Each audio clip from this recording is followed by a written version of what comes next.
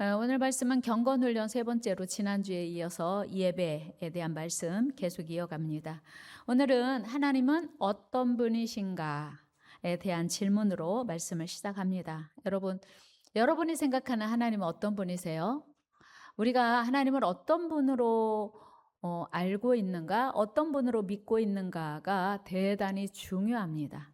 이유는 우리가 하나님이 어떤 분이신지를 알아야 그 하나님의 기준에 맞는 그 예배를 드릴 수 있기 때문이에요. 오늘도 존 메가드 목사님의 저서 예배를 기초로 해서 말씀 전하도록 하겠습니다. 여러분, 우리가 하나님이 찾으시는 예배자가 되기 위해서 가장 먼저 기억해야 할 것은 하나님께서 어떤 분이신지를 우리가 알기를 원하세요. 그래서 오늘 본문 1절에 보니까 호세아 선지자가 이렇게 말해요. 제가 읽겠습니다. 오라, 우리가 여호와께로 돌아가자. 여호와께서 우리를 찢으셨으나 도로 낫게 하실 것이요 우리를 치셨으나 싸매어 주실 것임이라. 오늘 이 말씀에서 호세아 선지자가 우리에게 하고 싶은 이야기는 뭐냐면 여호와께 돌아가라는 거예요. 여호와께 돌아간다고? 이게 무슨 뜻일까요? 여호와께 돌아간다고 하는 것은 하나님을 향한 삶의 자세가 무너졌어요. 여러분, 호세아 선지자는 북이스라엘의 선지자였고요. 북이스라엘의 죄가 무엇이었을까요? 북이스라엘은 시작부터 하나님께 예배하는 걸 놓쳤어요. 잊어버렸어요. 그러니까 이스라엘 나라가 남북으로 나누어지면서 북이스라엘을 지배했던 다스렸던 여로보암 왕이 예루살렘 성전이 하나님을 예배할 수 있는 예루살렘 성전이 남쪽에 있기 때문에 만약에 예루살렘에 가서 우리 예배합시다 그러면 이스라엘 백성들의 마음이 남쪽 남유다를 향할 것을 우려해서 베델과 단에 금송아지 우상을 만들어 놓고 이것이 하나님이다 여기서 예배해라 한 거예요. 그러니까 북이스라엘은 출발부터 예배가 잘못된 그런 출발이었죠. 그리고 그게 이제 계속되면서 북이스라엘은 하나님을 예배하는 것을 점점 소홀히 하고 가나안에 이제 우상 숭배까지 이제 겸해서 하게 됐어요. 그래서 그 북이스라엘 백성들의 신앙 상태를 하나님은 영적 간음이라고 말씀하십니다. 그래서 호세아 선지자에게 간음한 여인과 결혼하라고 했고 고멜과 그리고 그 고멜과 결혼해서 사실 처음에 간음한 여인과 결혼하는 것도 쉽지 않죠. 누가 봐도 음탕한 여자인데 하나님이 그 여자를 데려다 결혼하래요. 결혼했어요. 아기를 낳고 살다가 이 여자가 또 나갔네요. 그런데 하나님이 호세아 선지자에게 다시 가서 그 여자를 데려오래요. 얼마나 어려웠겠어요? 그리고 데려오는 것도 어려웠을 텐데 사랑하라고 말씀하시는 거예요. 그러면서 내 백성이 이렇게 영적 간음한 상태다. 그래서 하나님께 돌아오라. 그렇게 호세아 선지자를 통해서 호세아 선지자의 삶을 통해서 이스라엘 백성들에게 교훈하고 싶었던 거죠. 북이스라엘 백성들은 하나님의 뜻과는 상관없이 하나님도 섬기고 바알도 섬기는 우상 숭배의 신앙, 그러니까 혼합 신앙에 빠져 있었습니다. 이스라엘 백성들의 신앙의 타락은 사회적 붕괴로 이어졌고 이어 호세아 선지자는 이스라엘 백성들에게 하나님을 아는 지식이 사라졌다고 외쳐요. 우리 호세아 4장 6절 말씀 잘 아시는 말씀이지만 같이 한번 읽겠습니다. 시작. 내 백성이 지식이 없음으로 망하는도다. 내가 지식을 버렸으니 나도 너를 버려 내 제사장이 되지 못하게 할 것이요 내가 내 하나님의 율법을 잊었으니 나도 내 자녀들을 잊어버리리라. 아멘. 엄마 무서운 말씀이에요. 내 백성이 지식이 없어서 망한다. 여기서 지식은 단순한 정보가 아니라 하나님이 누구신지를 모르고 있다는 거예요. 그리고 하나님이 누구신지 모르니까 이스라엘 백성들이 하나님을 버려버렸어요. 버려도 되는 줄 알았죠. 그리고 하나님을 버린 이스라엘 백성들에게 하나님이 뭐라고 말씀하시냐면 나도 너의 자녀들을 버릴 거다. 이스라엘 백성들이 하나님을 버리니 하나님께서도 이스라엘 백성들을 버릴 거다. 무서운 말씀이에요. 그러면서 하나님을 알고 하나님이 누구신지 알고 하나님께 돌아오라고 말씀하시는 거예요. 우리 오늘 본문 3절도 한번 같이 읽어볼까요? 시작. 그러므로 우리가 여호와를 알자 힘써 여호와를 알자 그의 나타나심은 새벽빛 같이 어김없나니 비와 같이 땅을 적시는 늦은 비와 같이 우리에게 임하시리라 하니라. 아멘. 여러분, 이스라엘 백성들에게 호세의 선지자를 통해서 하나님이 주시고자 하는 말씀 뭐냐면 하나님이 누구신지 알아야 된다. 힘써 알아라. 그러니까 하나님을 알기에, 하나님이 어떤 분이신지 알기에 힘써야 된다고 하는 거예요. 이스라엘 백성들은 하나님이 누구신지 알지 못했기 때문에 하나님을 제대로 예배하지 못했고 우상 숭배에 빠졌고 그 결과 아수르에 멸망했습니다. 여러분, 참된 예배는 하나님이 어떤 분이신지를 알아야 가능하고요. 참된 예배자, 하나님이 찾으시는 예배자는 하나님이 어떤 분이신지를 알고 예배할 때 가능하다는 사실이에요. 물론 우리가 광대하신 하나님을 다 이해하기는 쉽지 않습니다. 그러나 그럼에도 불구하고 성경에 가장 큰 약속이 있는데 그게 뭐냐면 우리가 하나님을 간절히 찾으면 만날 수 있다. 만나주시겠다는 거예요. 예레미야 29장 13절 말씀 읽어요. 시작. 너희가 온 마음으로 나를 구하면 나를 찾을 것이요 나를 만나리라. 아멘. 잠언 8장에서도 너희가 간절히 나를 찾으면 나를 만나리라 말씀하시거든요. 그러니까 하나님이 만나주시겠다는 거예요. 중요한 건 우리 안에 하나님을 간절히 찾고자 하는 마음이 먼저 있어야 된다고 하는 거예요. 여러분, 하나님을 알기를 간절히 소망하시기를 축복합니다. 그렇다면 오늘 우리가 예배해야 할 하나님은 어떤 분이신가? 첫째로 하나님은 변함없으신 하나님이십니다. 여러분, 우리 하나님은 변함이 없으십니다. 믿으십니까? 여러분은 어때요? 여러분은 변함이 있는 게 좋아요? 없는 게 좋아요? 변함이 없다는 말이 좋은 뜻일까요? 나쁜 뜻일까요? 사실은요, 하나님에게 변함이라고 하는 말이 맞지 않아요. 하나님은 변할 수도 없고 변해서도 안 됩니다. 왜요? 완전하시기 때문에. 우리는 점점 변화해 가야 돼요. 성숙하게. 그런데 변화라는 말이 더 좋아질 수도 있고 나빠질 수도 있다는 뜻이거든요. 그런데 완전하신 하나님은 더 좋아지거나 나빠질 필요가 없으신 분이십니다. 이처럼 하나님이 변치 않으신다는 뜻은 우리 하나님은 성품이나 뜻을 바꾸지 않으신다는 뜻이에요. 물론 인간의 반응에 따라서 다르게 대응하실 수는 있습니다. 여러분, 우리가 요나서를 보면 하나님이 요나를 통해서 니느웨 백성이 회개하고 구원받기를 원하세요. 근데 하나님이 요나를 보낼 때 뭐라고 하시냐면 앞으로 40일 후면 이 성이 멸망하리라. 근데 그 성이 없는 한마디에 니느웨 온 백성이 임금으로부터 짐승까지 금식하며 기도하며 하나님께 회개했습니다. 하나님이 뜻을 돌이키시고 그 니느웨 성을 용서해 주신 거예요. 우리 요나서 3장 10절 말씀 같이 읽어요. 시작. 하나님이 그들이 행한 것 곧 그 악한 길에서 돌이켜 떠난 것을 보시고 하나님의 뜻을 돌이키사 그들에게 내리리라고 말씀하신 재앙을 내리지 아니하시니라. 아멘. 여기서 뜻을 돌이키셨다고 하는 것은 하나님이 변하신 게 아니라 니느웨 백성이 변한 거예요. 한번 해볼까요? 하나님이 변하신 게 아니라 니느웨 백성이 변하신 거다. 그렇습니다. 우리 하나님께서는 니느웨 백성이 회개함에 따라 내리시겠다고 하는 재앙 대신 축복으로 응답해 주셨습니다. 이는 변치 않으시는 하나님의 본성과 완벽하게 일치합니다.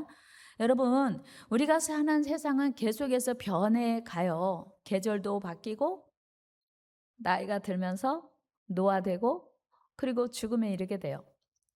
이번 주에 어떤 분이 저한테 이런 문자를 보냈어요. 목사님, 저 건강검진 했는데요. 결과가 이상이 없대요. 그래서 제가 할렐루야 축하드려야 했어요. 사실 재검 받은 거거든요. 뭔가 조금 미심쩍은 게 있으니까 다시 해봅시다 했어요. 그랬는데 별거 아니래요. 이런 거예요. 얼마나 기쁘겠어요? 이틀 동안 잠을 못 잤대요. 검사하고 결과 나올 동안 이틀 동안 불안해서 잠을 못 잤대요. 그 마음이 뭔가 이해하시잖아요. 그래서 제가 축하드립니다 그랬더니 목사님 저는요 100살까지 살 거예요. 그래서 그럼요, 100살까지 사세요. 충분히 사셔야 돼. 했더니 아니요, 저 200살까지 살 거예요. 그 마음은 우리가 누가 몰라요. 알죠. 근데 중요한 건 200살까지 행여 살더라도 노화의 과정은 피할 수 없어요. 겉모습, 외모만 늙는 게 아니라 속 뭐 장기도 다 늙고 기능이 약해지고 뭐 무릎도 약해지고 뭐 여러 가지 이제 노화되어 가겠죠. 변화되어 간다고 하는 거예요. 그러면서 이제 죽음에 이르게 되죠. 사람은 태어나서 죽을 때까지 우리가 아는 모든 것은 다 변합니다. 그런데 우리 하나님은 어제나 오늘이나 영원토록 동일하십니다.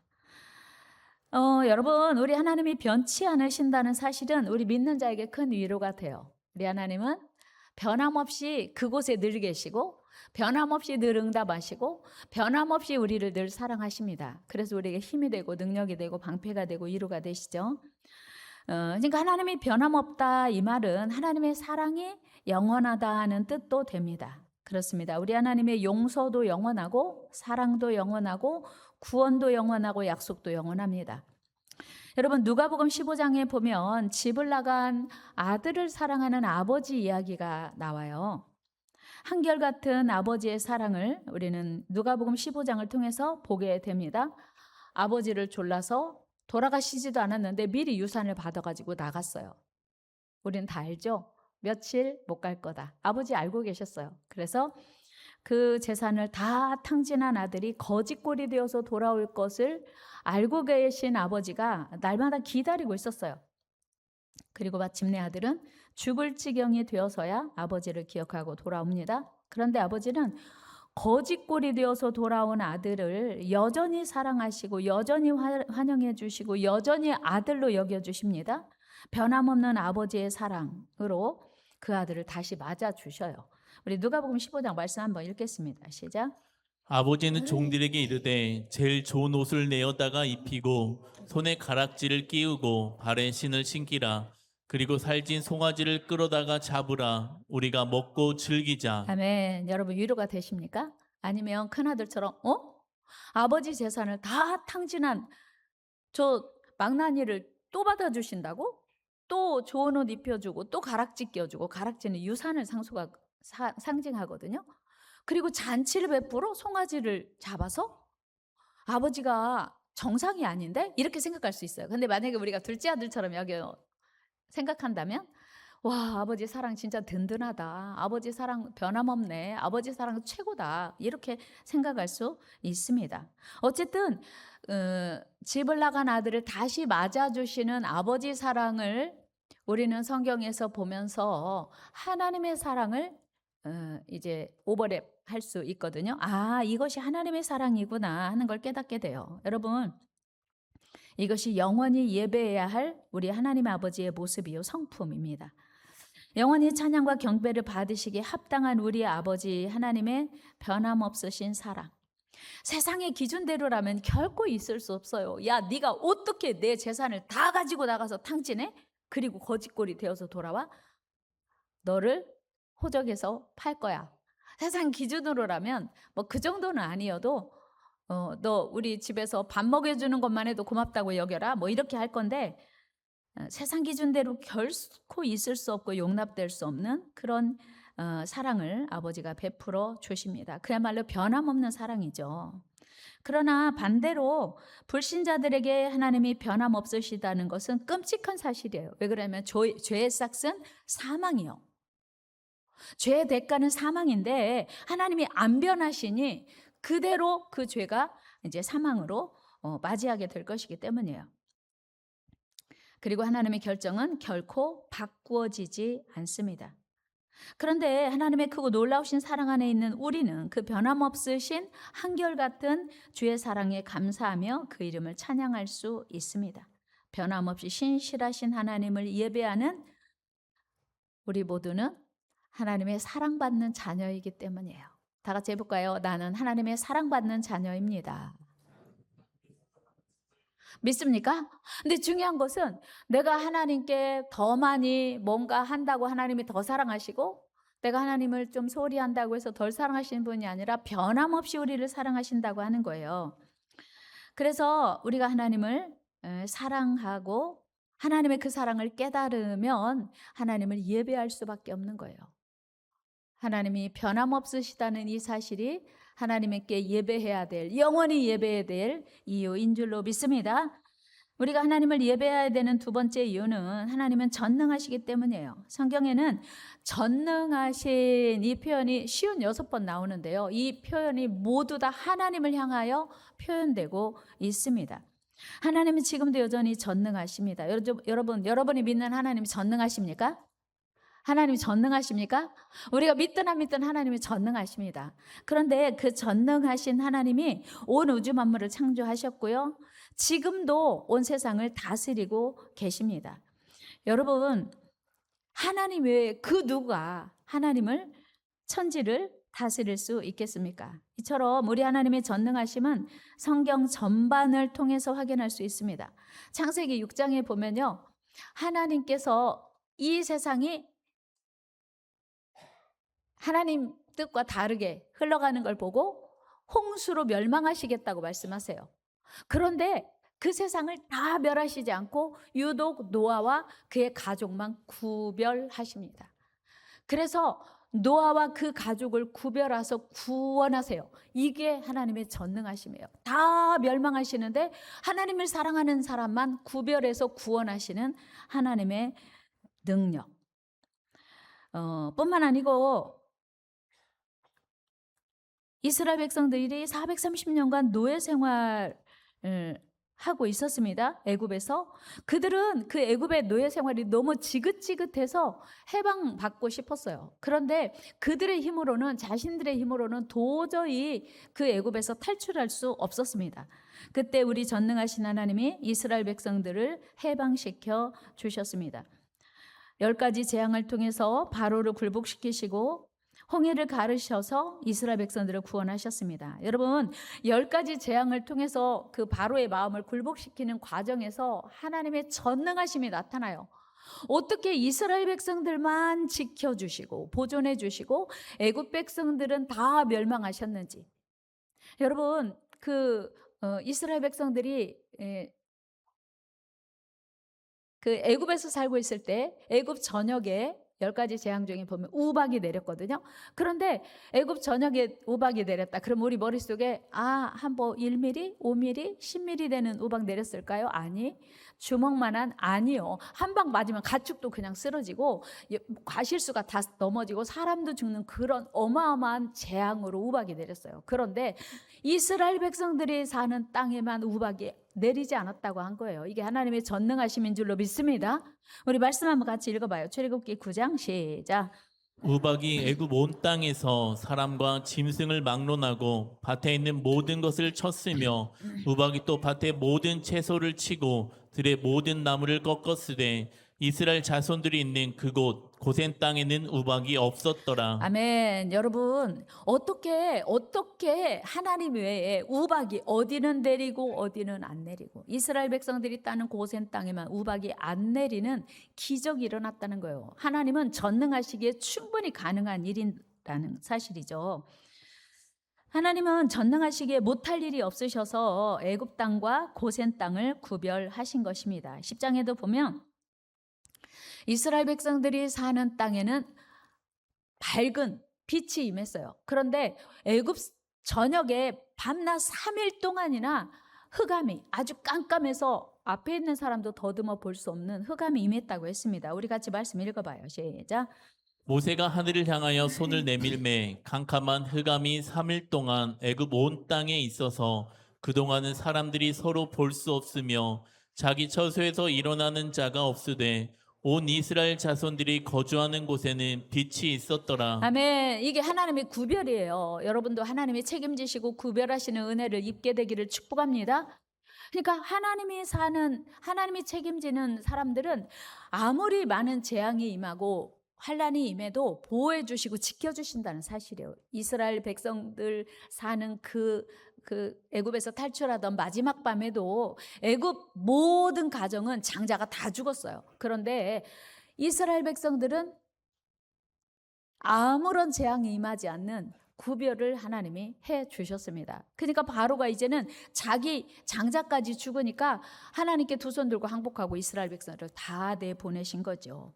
하나님의 전능하심은 계속됩니다. 이스라엘 백성들이 광야에서 이제 40년을 지났는데요.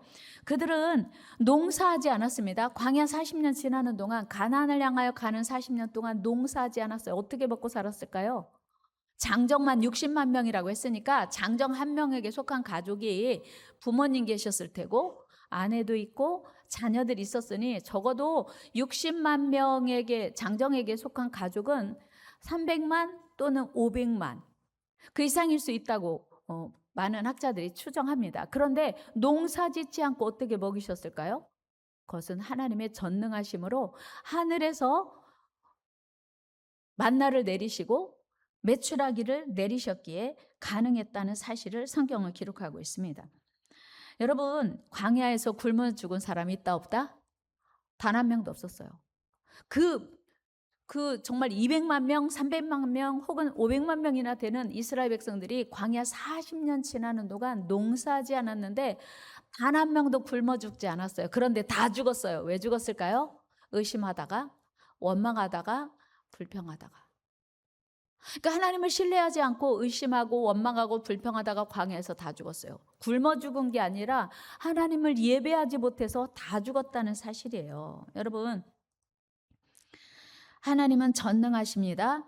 우리가 믿든 안 믿든 하나님은 전능하세요. 다 같이 하나님은 전능하십니다. 믿으십니까? 이건 사실 어마어마한 사건이에요. 여러분, 하나님이 약속하신 가나안 땅을 정복할 때도 이스라엘 백성들은 힘으로 정복하지 않았습니다. 전쟁으로 정복하지 않았습니다. 오직 전능하신 하나님의 명령에 순종함으로 그 땅을 정복했습니다. 이스라엘 백성들은 그 견고한 성 여리고성을 공격할 때 힘으로 싸운 게 아니고 무기로 싸운 게 아니고 매일 하나님이 명령하신 대로 한 번씩 그 성을 돌았습니다. 그리고 마지막 7번째 날에는 7번 돌았습니다. 그리고 여리고성은 하나님의 약속대로 무너졌습니다. 이스라엘 백성들의 힘이 아니라 전능하신 하나님의 능력으로 승리하게 됐어요. 우리가 전능하신 하나님을 예배해야 될 이유, 하나님을 사랑해야 될 이유, 하나님을 신뢰해야 될 이유, 하나님을 바라봐야 될 이유인 줄로 믿습니다. 하나님을 바라본 자는, 하나님을 의지한 자는, 하나님을 사랑한 자는 지금도 여전히 전능하신 하나님의 역사를 힘입을 수 있기 때문이에요. 갈멜산에서 엘리야 선지자는 바알 선지자 450명과 대결했습니다. 그때 우리 하나님은 하늘에서 불을 내려서 그 제단을 태우셨습니다. 그때 백성은 외쳤습니다. 여호와 그는 하나님이시로다. 여호와 그는 하나님이시로다. 그러니까 하나님이 얼마나 위대하신지 전능하신지 그때 그 이스라엘 백성들이 깨달은 거예요. 그렇습니다. 우리 하나님은 참으로 살아계시며 지금도 여전히 전능하신 하나님이십니다.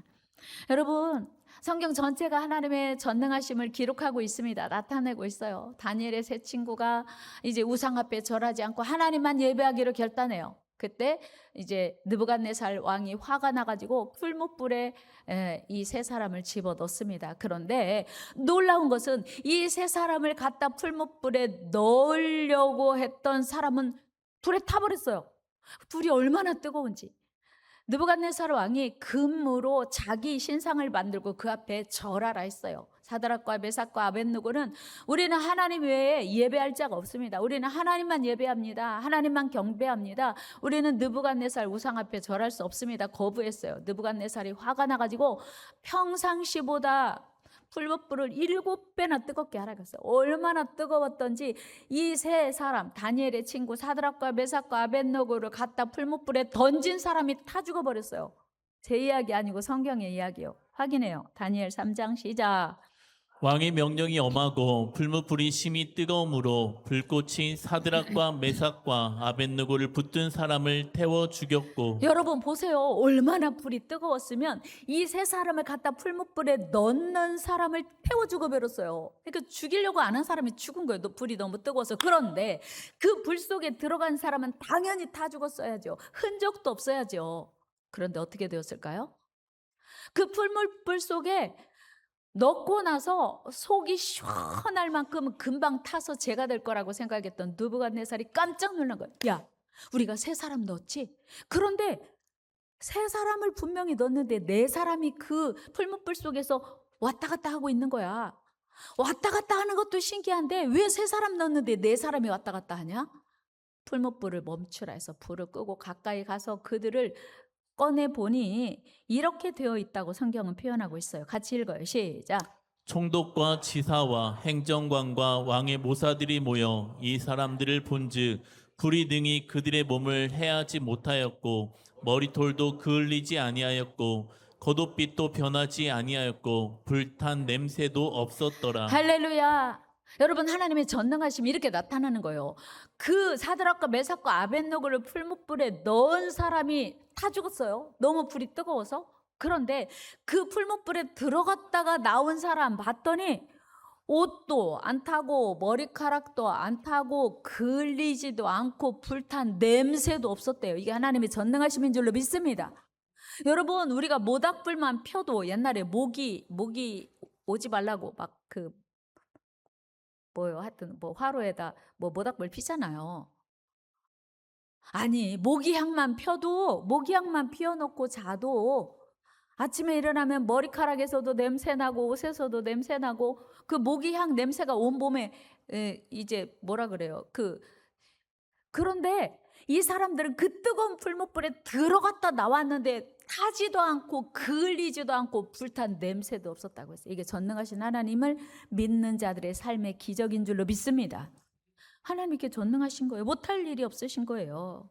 우리가 하나님을 예배하는 이유는 하나님은 지금도 살아계시는 전능하신 하나님이시기 때문이에요. 다니엘의 세 친구들처럼 우리는 그 어떤 환경에서도 하나님만 예배해야 되는 이유는, 우상 앞에 절하지 말아야 되는 이유는, 하나님보다 더 사랑하는 게 있으면 안 되는 이유는 우리 하나님은 전능하셔서 우리가 그 어떤 위험에 처하든지 지키시고 보호하시고 책임지시기 때문이에요. 다니엘이 사자굴에 들어갔을 때도 우리 하나님은 그 사자의 입을 막으셨습니다. 전능하신 하나님은 못할 게 없는 거예요. 여러분, 인간의 질병이 아무리 무섭고 불치병이라고 해도 하나님의 능력이 더 크다는 사실을 우리는 알아야 돼요. 믿어야 돼요. 하나님께서는 아브라함에게 100세 아들 준다고 했거든요. 불가능해요. 근데 하나님 앞에서는 불가능이 없어요. 그냥 100세의 아들을 낳았습니다. 여러분, 처녀 마리아에게 인류 구원자 예수님이 잉태될 것을 고지하는 가브리엘 천사에게 마리아는 이런 고백합니다. 누가복음 1장 30절 같이 읽어요. 시작.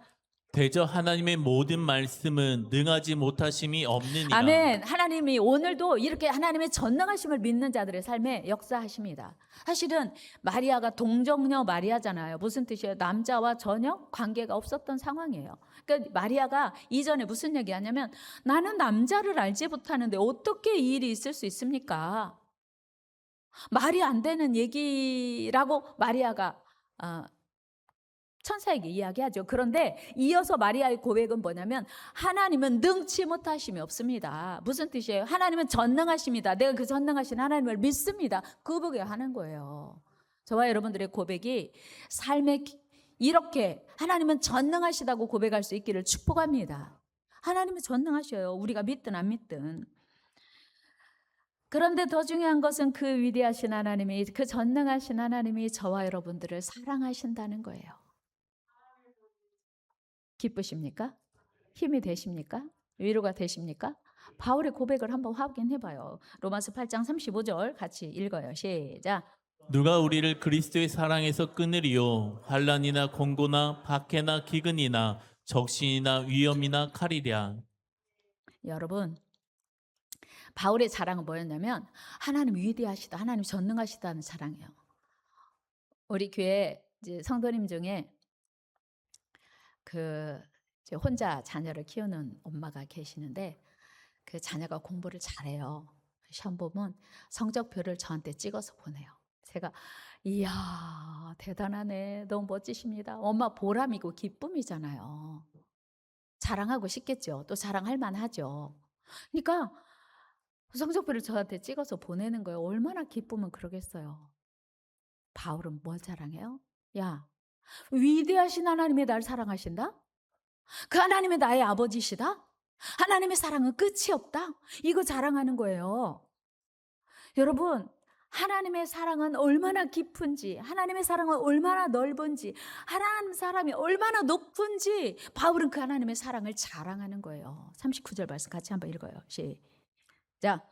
높음이나 깊음이나 다른 어떤 피조물이라도 우리를 우리 주 그리스도 예수 안에 있는 하나님의 사랑에서 끊을 수 없으리라. 할렐루야. 하나님이 얼마나 나를 사랑하시는지, 하나님의 그 사랑의 깊이를 측량할 수 없고, 하나님의 그 넓이를 측량할 수 없고, 하나님이 날 사랑하시는 높이를 측량할 수 없는데, 이것 때문에 내가 하나님을 사랑합니다. 하나님을 증거합니다. 하나님의 복음을 증거하면서 죽어도 좋습니다. 날 사랑하시는 하나님의 사랑이 너무 커서 위대하신 하나님이, 전능하신 하나님이 날 사랑하시니 내가 그 하나님만 예배하고 그 하나님만 자랑하겠습니다. 바울이 이 자랑하는 거예요. 오늘 여러분의 자랑은 뭐예요? 여러분의 자랑은 뭐예요? 뭐 자녀가 잘 되는 것도 자랑일 수 있어요. 주식이 올라서 돈 많이 번 것도 자랑일 수 있어요. 통장에 잔고가 늘어나는 거 기쁨일 수 있습니다. 그러나 그건 언젠가는 변해요. 그런데 하나님이 날 사랑하시는 그 사랑은 변하지 않는다는 거예요. 우리의 건강도 때로는 자랑이 될 수 있지만 그것이 영원하지 않다는 사실이 변합니다. 그런데 하나님 변하지 않으시고 그 하나님은 변하지 않는 전능하신 하나님이 날 사랑하신다는 사실이에요. 여러분의 자랑이 우리 하나님의 전능하심 되기를 축복합니다. 그 사람은 예배할 수밖에 없어요. 하나님의 위대하심 앞에, 하나님의 전능하심 앞에 예배할 수밖에 없어요. 요한일서 4장 4절에서 사도 요한은 이렇게 말하고 있어요. 같이 읽어요. 시작. 이는 너희 안에 계신 이가 세상에 있는 자보다 크심이라. 아멘. 우리 안에 계신 하나님이 세상에 있는 자보다 크다. 이 세상 그 무엇보다, 이 세상 그 누구보다 크신 분이 나의 아버지, 나의 하나님이다. 그래서 나는 그분을 사랑한다. 그분이 날 사랑한다. 이게 자랑이에요. 여러분의 자랑이 이런 자랑 되기를 축복합니다. 그리고 더 나아가 찰스 스펄전 목사님이 이런 이야기를 해요. 같이 한번 읽어봅시다. 시작. 생각한 사람은 하나님을 크게 예배한다. 뭐라고요? 다시 시작. 하나님을 크게 생각하는 사람은 하나님을 크게 예배한다. 아멘. 그러니까 우리 예배 크기가 내 믿음의 크기라는 거예요. 우리가 어떻게 하나님을 예배하느냐에 따라서 이게 내 믿음이 증명되는 거예요. 여러분 위대하신 하나님을 찬양하시기를 바랍니다. 전능하신 하나님을 높이시기를 축복합니다. 그 크고 높고 넓으신 하나님의 사랑이 얼마나 큰지 그 하나님을 찬양해도 부족한 거예요. 하나님을 크게 생각하는 사람은 하나님을 크게 예배한다. 전 세계에서 우리 방주교회 예배가 가장 뜨겁고 가장 하나님을 사랑하는 예배 되기를 저는 소망합니다. 여러분들이 한 분 한 분들의 예배가 온 세상에 그 누가 드리는 예배보다 가장 간절한 예배 되기를 주의 이름으로 축복합니다. 예배가 달라져야 돼요. 하나님을 크게 생각하는 사람은 가장 크게 예배한다. 멋진 말이죠. 그렇습니다. 우리 하나님은 전능하심과 위대하심을 알기를 원하세요. 그래서 그 하나님을 그렇게 예배하기를 원하세요. 최선의 예배, 최상의 예배. 그렇다면 오늘 나는 하나님을 어떻게 생각하는가가 중요해져요. 여러분, 우리 하나님은 내 믿음과 상관없이 오늘도 여전히 위대하시고 전능하신 줄 믿습니다. 그 변함없는 하나님이 우리를 사랑하신다는 거예요. 전능하신 하나님을 인정하는 것이 참된 예배의 시작입니다. 오늘 결론입니다. 여러분, 오늘도 우리 삶에는 해결할 수 없는 문제와 감당하기 어려운 현실이 우리에게 다가올 수 있습니다. 그러나 우리가 바라보는 하나님은 모든 것을 다스리시는 전능하신 하나님이시며 영원히 변함없이 우리를 사랑하시는 신실하신 하나님이십니다. 그러므로 환경보다 크신 하나님을 바라보며 염려보다 예배를 먼저 선택하시기를 축복합니다. 염려보다 예배. 하나님은 지금도 여전히 우리를 사랑하시며 전심으로 예배하는 자를 찾고 계십니다. 우리 모두 하나님이 찾으시는 예배자가 되어 하나님께 영광 올려드리는 복된 삶 살아가시기를 주의 이름으로 축원합니다.